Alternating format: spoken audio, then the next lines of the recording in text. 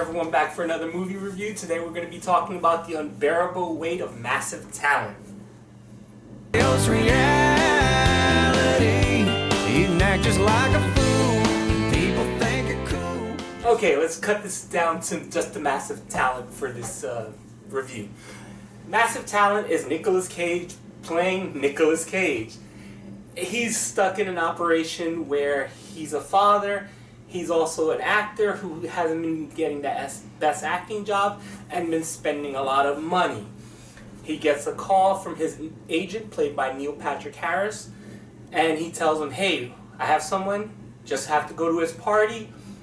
He's going to pay you $1 million. That's all you have to do. Nicolas Cage goes there, meets a guy named Javi, played by Pascal Palmer. They end up a bromance, but Nick Cage also gets stuck in a whole FBI operation. This movie, if you're a Nicolas Cage fan, you're going to love this movie. It is to the brim with references to all his movies, even a couple of noticeable minor ones that I didn't even think they would name drop. And they actually show clips from some of these movies, like Con Air and The Rock. It is a bromance between Pascal and Nick Cage character, who is playing fun of himself. He is one of the producers, but strangely enough, he is not a writer on this movie. I would love to have seen the writer come up to him and pitch this idea to him, because he does make fun of himself a lot in the movie. While the movie's best heart is with the bromance between Nick and Javi, it also has an underlying theme of family, where he has to realize, hey, maybe you should tone it back on the movies and spend time with your family. And that was kind of cute. The ending kind of gets weird as it turns into kind of like the late 90s, early 2000 Cage movies, where it was an action movie all of a sudden. It did end kind of predictably where I knew it was going to be, but how we got there was a little muddled. There is a twist early in the third act that thank God they did. It took a little while for me to warm up to this movie as far as its humor, but once Pascal gets into it, it gets really funny. Him and Nick Cage working on each other, easily the best part of this movie.